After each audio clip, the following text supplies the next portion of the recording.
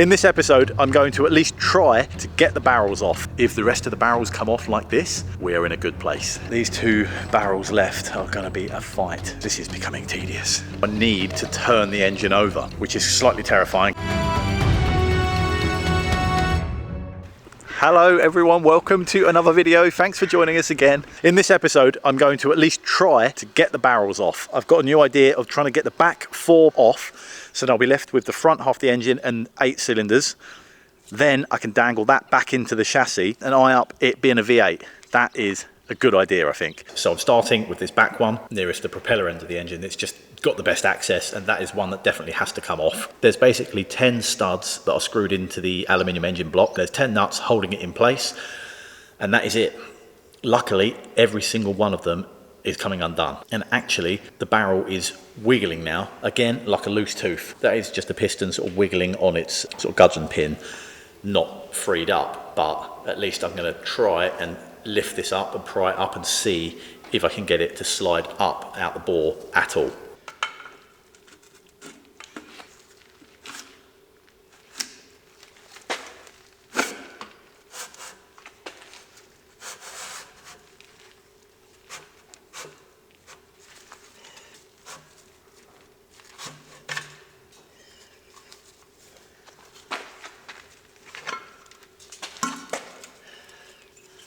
I cannot believe that barrel just slid off just like that. And the amount of oil that was above the rings kind of tells me that they were sealing and holding at least some of the oil back, which is amazing. I was completely expecting that to be absolutely stuck on there. Such good news. The piston looks like it's in really nice condition. The rings look really good. Inside the bore of the barrel even looks, I mean, yeah, okay, that could probably do with a hone, I will admit, but it really doesn't look bad. If the rest of the barrels come off like this, we're in a good place. Maybe we've turned a corner. Okay, 3 more. Let's see how the rest go. Let's not speak too soon, shall we?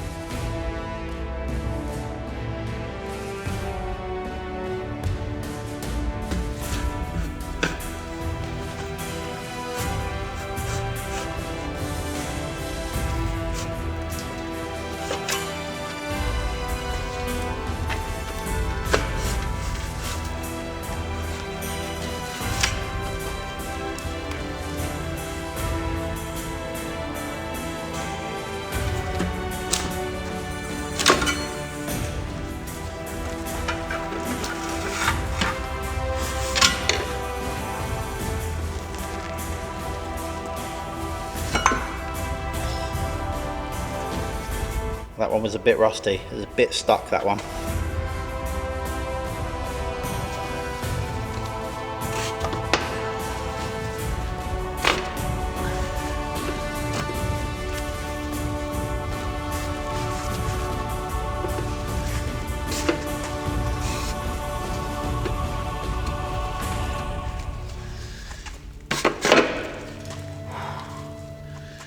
Getting these barrels off has taken me all day. Other than a couple of phone calls, and I had to do a radio interview to promote my podcast, My Crafting Life. If you haven't seen it, check it out on wherever you get your podcast from. I have been trying to get these barrels off all day, and I'm absolutely knackered. But I've got 10 of them off. 2 of them are left on there. I've tried heating them up, warming them up. I've tried everything, but I'm going to sleep on it. I've put some more penetrant in there. And they can't, one of them wobbles, the other one's completely stuck. I was really hoping to not have to flip the case off and get in from underneath. So I don't know, I'll try again tomorrow. I'm confident I'll get there. But these 2 barrels left are going to be a fight. The following morning, I popped down to Bewley Motor Museum, to the Auto Jumble. It's now a long drive from Cornwall, but I thought maybe, just maybe, I'll find some treasures for my Liberty engine. You never know.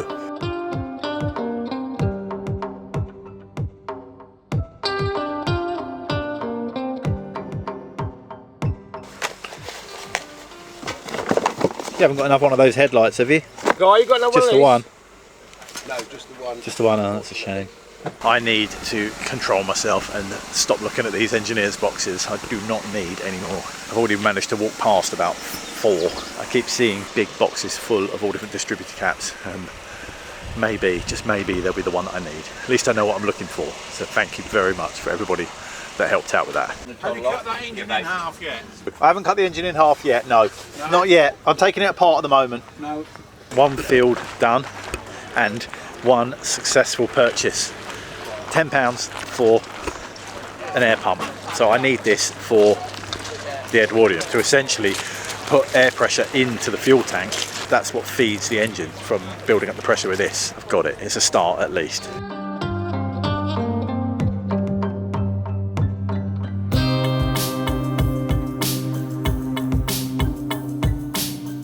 It's the one that got away. I missed it. Oh well.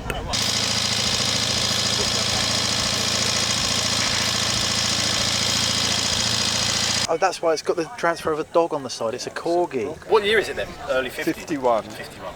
98cc. 98. Yeah, and it go faster than you want to. It doesn't fold up. Yes, it all folds. Oh, does it? Yeah, that goes down, handlebars come down. You could pick it up. Love that.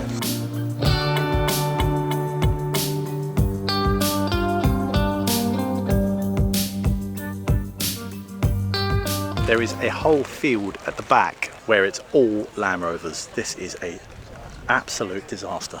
If there's ever anything tempting me more, this is a field full of old series Land Rovers, just mooching around, having a look and dreaming about these old motorbikes for sale, and then almost had a mini heart attack. There's a whole stall full of foundry patterns. This is not the day we find the Ranelagh pattern, is it? Surely not. That's the way to sell an engine. Literally have it running in the back of the van. It sounds good as well. You never know what you're going to find here. I have made another purchase in my Tesco's bag, but I'll show you that later. Another helpful thing for the Edwardian. Some treasure found at Bewley. Sadly, I've got to hit the road. But before I could head back home, I had to take another pit stop, this time in London.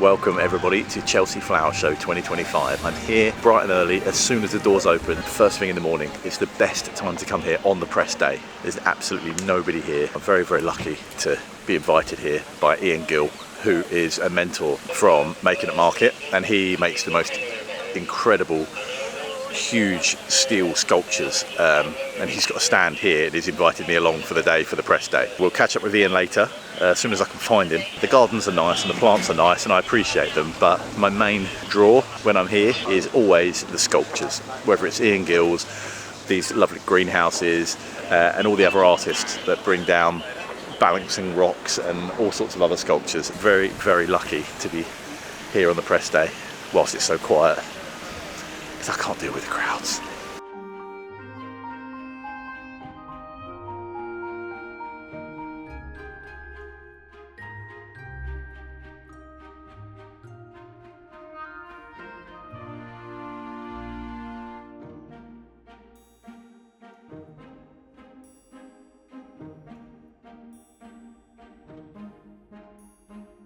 For people that have been watching the channel for a while, this view might be quite familiar. This is Woodpecker Joinery. They've got a stand here at Chelsea. This is where I first met them, and this is basically what I had in my previous house in the garden. Since moving, I left it there and I'm missing it badly. It's quite strange standing inside this now. It's exactly the same as the one that was in my old house. My avocados in the corner. I loved it. I've got a feeling there will definitely be another one of these making its way into the new garden, because it's a beautiful thing and I loved every minute of it. The Clapperton cloches are here as well. They are looking beautiful. Obviously you know from my garden that I'm a big fan of those guys. But let's wander through here and see if I can find Ian Gill. Let's have a chat with him and see how he's doing. Hello, stranger. There he is. If you've watched the Making It Market, you'll know this face. It'll be a familiar face to you. If not, get on his Instagram, have a look at what he does. Have a look. Ian Gill Sculpture. Very good. We don't even have to go on Instagram. It's literally all right here. Do you mind giving us a walk around? Oh, I'd love to, Perfect. This would be our 9th day today. Everything came down all at once, a full curtain-sided Arctic to actually bring everything here, and we've been working tirelessly for the last 8 days, from 7 in the morning until 9 at night most nights to get this all built here. It's been over a week of work. Yeah. Just to get it all in. Yes. Are these commissions or are these just for the show? All of the pieces you see here are specifically for the show. And everything's for sale? Yes, everything on here is for sale this year. Love that. Yeah. What was it? We got some bits galvanised, some bits are rusty. Yeah, so the galvanised pieces, hot dip galvanised, and then I put an etch on top to give them this sort of lead patina. But the Core 10 work is all just Core 10 steel, which is designed to rust on the outside and it'll last for hundreds of years. So it's not like just using mild steel, No, everything is made from Core 10 steel. I mean, even the stems on these are actually made from Core 10 and are actually folded, and I do a tape up and they're connected together to get the extra length in. Love that. And this little subtle drip is really nice. Yeah, and the black dye in the water gives a reflection from the sky when the sun's out, and you get that nice ripple effect as it hits the water. I think my favourite has got to be my Core 10 Fern Arch. I think that is my showstopper. That's your favourite? Yeah, and possibly the giant daffodils I think are really good fun as well, because that's got a certain element of Alice in Wonderland about it. You've been here a few years, haven't you? Yeah, I've been exhibiting here since 2008. Since 2008? Yes. Every year? Yeah. Really? Yeah. The preparation is months before, and even like a couple of months afterwards to actually come here. But it's the opportunity you get and the different people you meet. You get a chance to actually sell your work all over the world, you know, from Chelsea. It's a good crowd here. Yeah, really good. Yeah. So this is a brand new one for you doing your skewers and turning them around. And that one is... Oh, so that's for actually the Argent. skewer. You can actually, Yeah. and then you can turn it on there. Yeah, and then like your big sword ones or the other ones.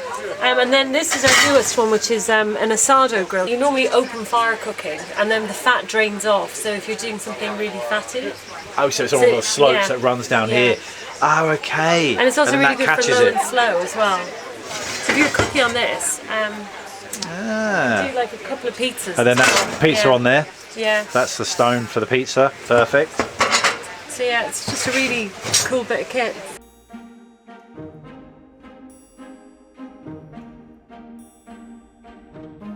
I'm sure a lot of you will agree that that is more than enough of me having nice days out, going to Bewley and messing around at the Chelsea Flower Show. You're not watching this channel to look at flowers, I understand that, but it's part of my life, it's part of what's going on, so I thought it'd be only fair that you come along for the ride. I'm back in Cornwall, back in the workshop, and back working on the engine. I'm feeling refreshed in a positive way, positive attitude. Today we're going to get those 2 remaining stuck barrels removed. New approach, I've got the mega crane and sort of put a strap around it and tried to lift it up. That didn't really work. A little bit of prying, but not between, just kind of off the edge. And I think I'm getting somewhere. It's starting to move, one of them anyway. So we're going to be left with one stubborn barrel. This is becoming tedious.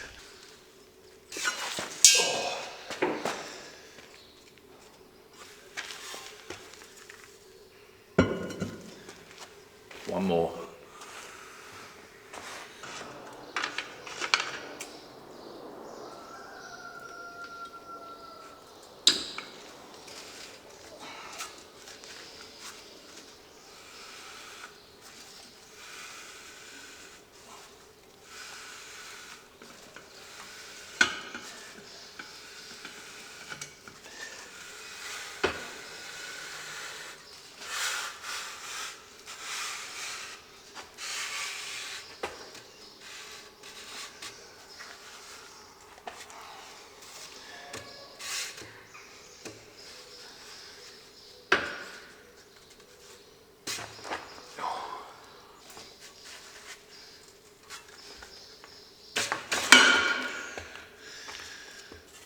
Yes, that's the last one.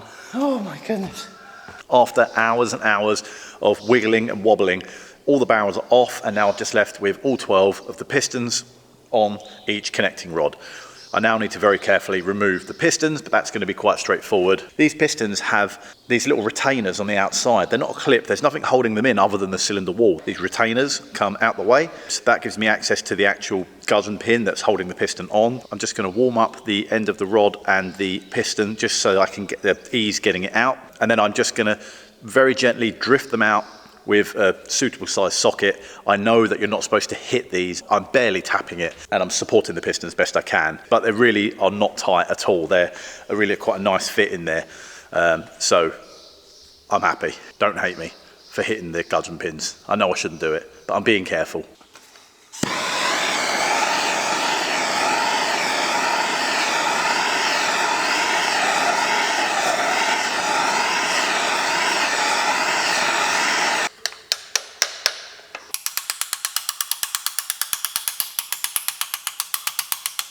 I've got to the point now where I can't remove any more pistons because the gudgeon pins are inside the bore and I can't get them out. So I need basically to turn the engine over, which will rotate the crank, make the pistons come up to gain access to those gudgeon pins, which is slightly terrifying because I haven't turned this engine over and I don't know how seized up the crank and the bearings down there and everything is. It looks okay from peering in the top. It really looks actually incredible, but there is a water pump driven off the front and an oil pump also driven off the front. So I'm going to take the water pump off, get that out the way so I can see in the end of the crank. Originally this would have driven the oil pump, but now it's driving the water pump because part of the Garwood conversion, they moved the oil pump from the very bottom of the sump onto the front to gain more ground clearance, which actually suits me perfectly. It all looks good in there. Nothing looks horribly rusty and seized. I think with a little bit of persuasion, I can get this crank spinning enough to get the rest of the pistons off. I have got the perfect piece of equipment to do this. It's another piece of Liberty treasure that I've been able to acquire. This is a geared crank start for the Liberty. It bolts on to where the water pump bolts into. Then you would attach a handle to the outside, turn it over. It's geared. You have to turn it a lot to get the engine to turn over a little bit, but it makes it easier to turn over. Once I'm running up the V8 on the bench and just in the workshop before the water pump gets fitted, I can use this. But once it's in the car and it's running, I don't think it's going to work unless I relocate the water pump, but I don't know. That's up for debate at the moment. Let me know what you think. The only thing I don't have is the actual handle. All I have is the shaft sticking out. There are these two cutouts, sort of grooves cut into the shaft. I'm assuming that's where there would be a keyway or something like that for the handle. All I've done is cut an Allen key down that fits into that keyway, and then I've got my grips. I'm just gripping onto the two flats of the Allen keys, and that is my temporary handle to try and turn this engine over. Fingers crossed, this is a big moment.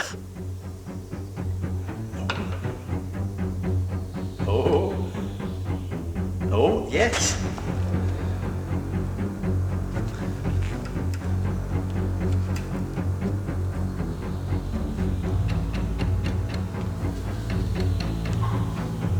Oh my God, it's turning.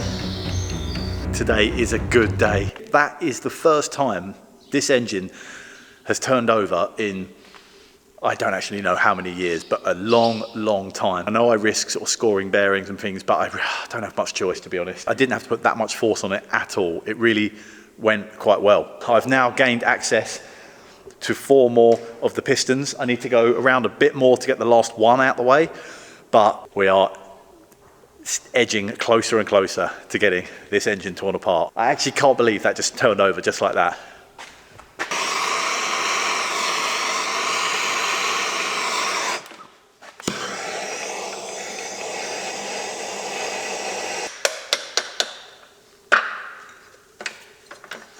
I feel like we need to just take a moment to appreciate how big these pistons are. They're absolutely, as big as my head. They're absolutely massive.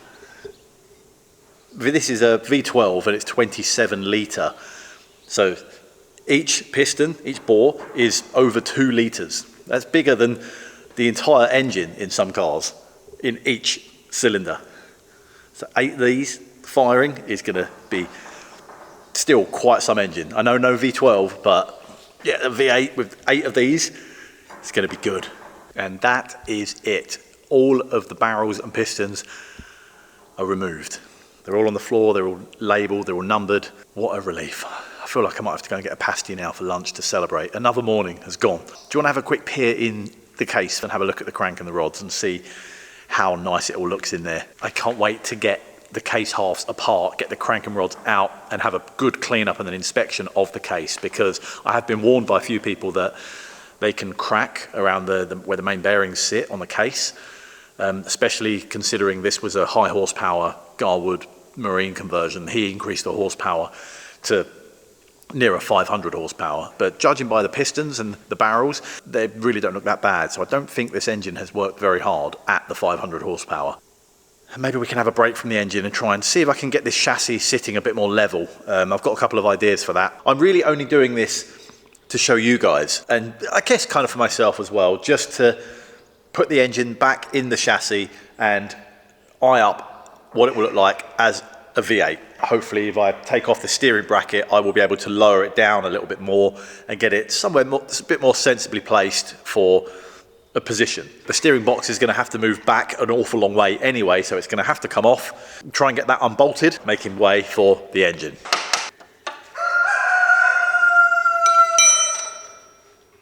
It's got two bolts, like standard nuts and bolts, that go down through the bottom of the chassis, and then two bolts going out to the side, which you see from the outside of the chassis, and they are the same as the brake and gear lever bracket, where they look from the outside, they look like a rivet, but actually they've got that tiny little key which stops it from spinning. I really like these little bolts. I need to figure out a way of making these, because this one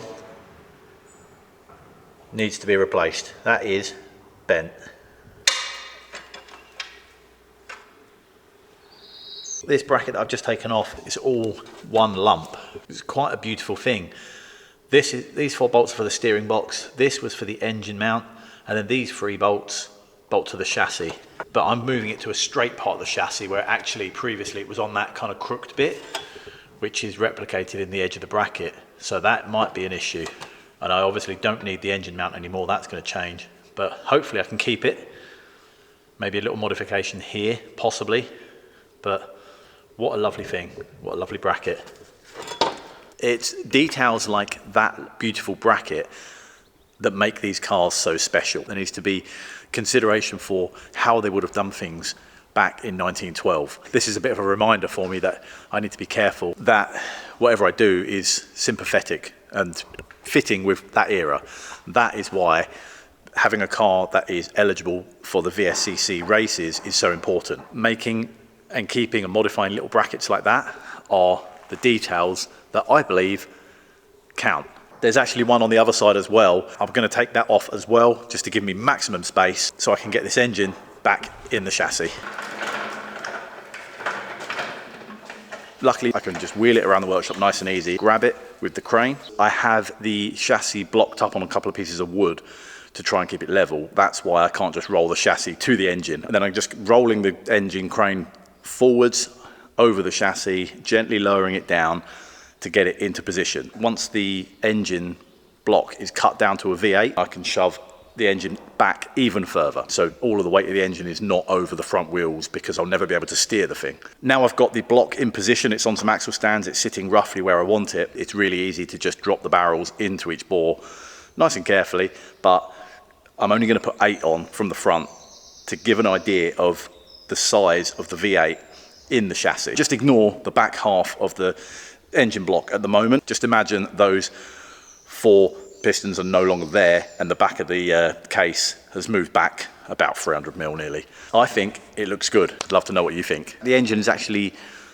compromised now by a cross member that's running across halfway down the chassis. That is in the way, but once the engine block is cut down to a V8, that won't be a problem. This whole back half of the case will end up there, and my flywheel will be, you know, around here somewhere. I've got all this space here that I can shove the engine back even more, and maybe the flywheel ends up just back this side of that cross member. It may have to move completely, but I'm going to need something to actually bolt this engine down, and that is just asking for it. So hopefully I can leave it there with a little modification with some engine mounts. I don't really want to go any lower than that.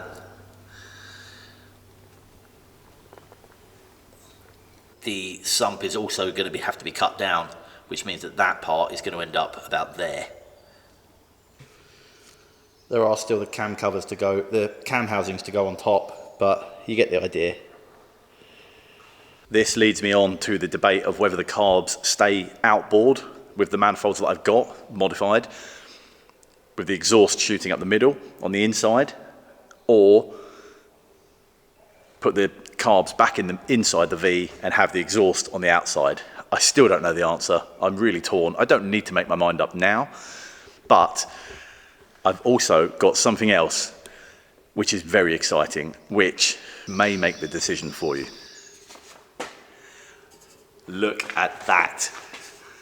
This is a completely unused, brand new, old stock, original exhaust.